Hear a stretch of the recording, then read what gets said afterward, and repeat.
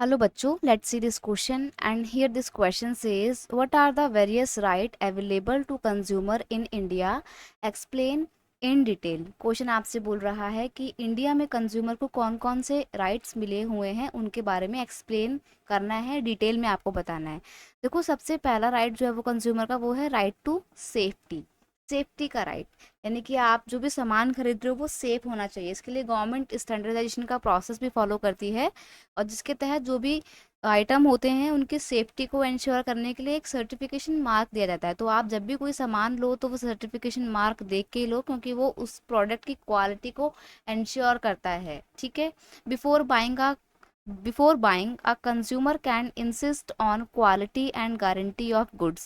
They should ideally purchase a certified product like ISI और एगमार्क। यानी कि जो कंज्यूमर हैं उनको ऐसा सामान खरीदना चाहिए जो सर्टिफाइड हो, जैसे कि उसमें ISI का मार्क हो या एगमार्क हो, ताकि वो प्रोडक्ट सेफ है, उसकी गारंटी हो जाए और तभी प्रोडक्ट वो यूज़ करना चाहिए किसी कंज्यूमर के द्वारा, क्योंकि सेफ्टी सबसे पहले है। आगे है राइट टू चूज, चुनने का अधिकार। It means right to be assured whatever wherever possible to have access to a variety of goods and services at competitive prices। देखो जब भी आप कोई सामान लेने जाओ तो ऐसे में आपके पास में ये पूरा अधिकार है कि आप वो सामान कौन कौन सी वैरायटी में कौन कौन सी कंपनी का अवेलेबल है आप उन सबको देख सको और फिर उनके प्राइस को कंपेयर करके अपने हिसाब से अपने मन मुताबिक कोई भी सामान खरीद सको। तो आपको चूज़ करने का अधिकार है और चूज़ करने के लिए आपको वैरायटी में सामान भी तो मिलना चाहिए ना। तो कोई भी प्रोडक्ट आपको वैरायटी में मिलना चाहिए, फिर आपको उस वैरायटी में से कोई एक प्रोडक्ट चूज़ करने का राइट होना चाहिए, जिसको बोलते हैं राइट टू चूज़। आगे राइट टू गेट इन्फॉर्मेशन। आप जो भी सामान खरीद रहे हो तो फॉर बीइंग अ कंज्यूमर ये आपका अधिकार है कि आप उस पर्टिकुलर प्रोडक्ट की पूरी जानकारी सेलर से खरीदो, सॉरी सेलर से मांगो। जैसे कि वो प्रोडक्ट कितने रुपए का है, मतलब उसका MRP क्या है, उसका उसका डेट ऑफ मैन्युफैक्चरिंग क्या है, उसका डेट ऑफ एक्सपायरी क्या है, कितनी क्वांटिटी में है, कैसी क्वालिटी है, वो सारी जानकारी लेने का आपको अधिकार है। The buyer should be informed with all the necessary details of the product. सारी डिटेल्स जो नेसेसरी होती है वो प्रोडक्ट की प्रोवाइड करनी चाहिए कंज्यूमर को। ये कंज्यूमर का राइट है।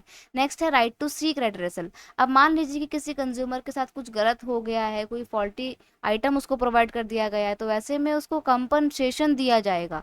Consumer have the right to seek redressal against fraud और अनफेयर ट्रेड प्रैक्टिसेस। यानी कि अगर कंज्यूमर के साथ में कोई अनफेयर प्रैक्टिस की जा रही है, कोई सामान गलत दिया गया है उसको, if any damage done to the consumer or faulty item received by the consumer, then compensation depending upon degree of the demand. तो जो कंज्यूमर है वो क्या मिलेगा उसको, he will that consumer get the compensation.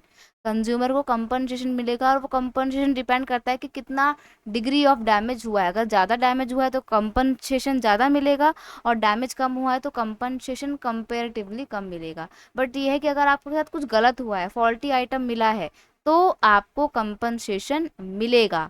आगे है राइट टू कंज्यूमर एजुकेशन। अब जितने भी आपको अधिकार मिले हुए हैं, ये राइट्स की जानकारी आपको होनी चाहिए ना कि हाँ आपके पास ये राइट है। तो आपको अगर अपने राइट्स की जानकारी लेनी है तो आपको कंज्यूमर एजुकेशन से अवेयर होना पड़ेगा।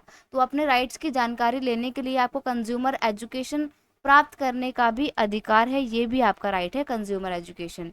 आगे है right to hurt.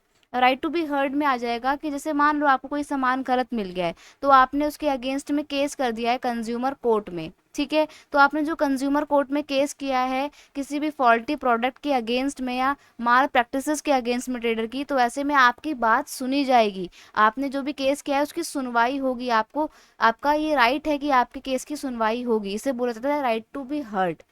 I hope you understood all these rights. Best of luck. Thank you so much.